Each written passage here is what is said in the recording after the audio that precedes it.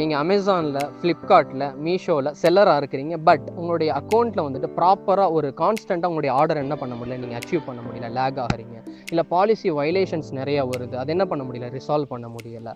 இல்லை நீங்கள் வந்துட்டு ஆஃப்லைனில் செல் பண்ணுறீங்க, இ-காமர்ஸ் பிளாட்ஃபார்மில் எப்படி செல் பண்ணுறது, யார் நம்மளுக்கு கைட் பண்ணுவாங்க அப்படின்னு தெரியாமல் இருக்கிறீங்கன்னா நம்ம கரெக்டான ஒரு சாய்ஸாக இருப்போம். நம்மளுடைய கம்பெனி பேர் வந்துட்டு அர்-ரஹ்மான் ட்ரேடு. கீழே நம்மளுடைய கம்பெனியோடைய வெப்சைட்டு ப்ளஸ் காண்டாக்ட் நம்பர் கொடுக்குறேன். ஸோ உங்களுக்கு எந்த குவரியாக இருந்தாலும் கீழே என்ன பண்ணுங்கள், ரீச் அவுட் பண்ணுங்கள். இன்றைக்கி நம்ம என்ன பார்க்க போகிறோம் அப்படின்னு சொன்னால், ஸோ ஒரு சில வார்த்தைகள் வந்துட்டு ட்ரெயின் ரிலேட்டடாக.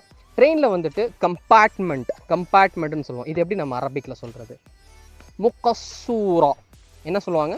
முக்கசூரா அப்படின்னு தான் சொல்லுவாங்க. எல்லா டைலாக்ஸ்லையுமே இது என்ன தான் புழங்குவாங்க? முக்கசூரா அப்படிங்கிறத என்ன பண்ணுவாங்க, புழங்குவாங்க. பட் ஒரு எஜிப்ஷனாக இருந்தால் அவங்களுடைய ப்ரொனன்சியேஷன் மட்டும் மாறும். முஅஸ்ஸூரா அப்படின்னு சொல்லிட்டு என்ன பண்ணுவாங்க, ப்ரொனன்ஸ் பண்ணுவாங்க. ஓகே தான். இப்போ வந்துட்டு ட்ரெயினுடைய இன்ஜின் இருக்குது. ட்ரெயினுடைய இன்ஜினுக்கு என்ன சொல்லுவாங்க அரபிக்கில்? காப்திரா அல் கித்தார், காப்திரத்தல் கித்தார் அப்படின்னு சொல்லுவாங்க. இது வந்துட்டு ஸ்டாண்டர்ட் அரபிக்கில் புழங்குவாங்க.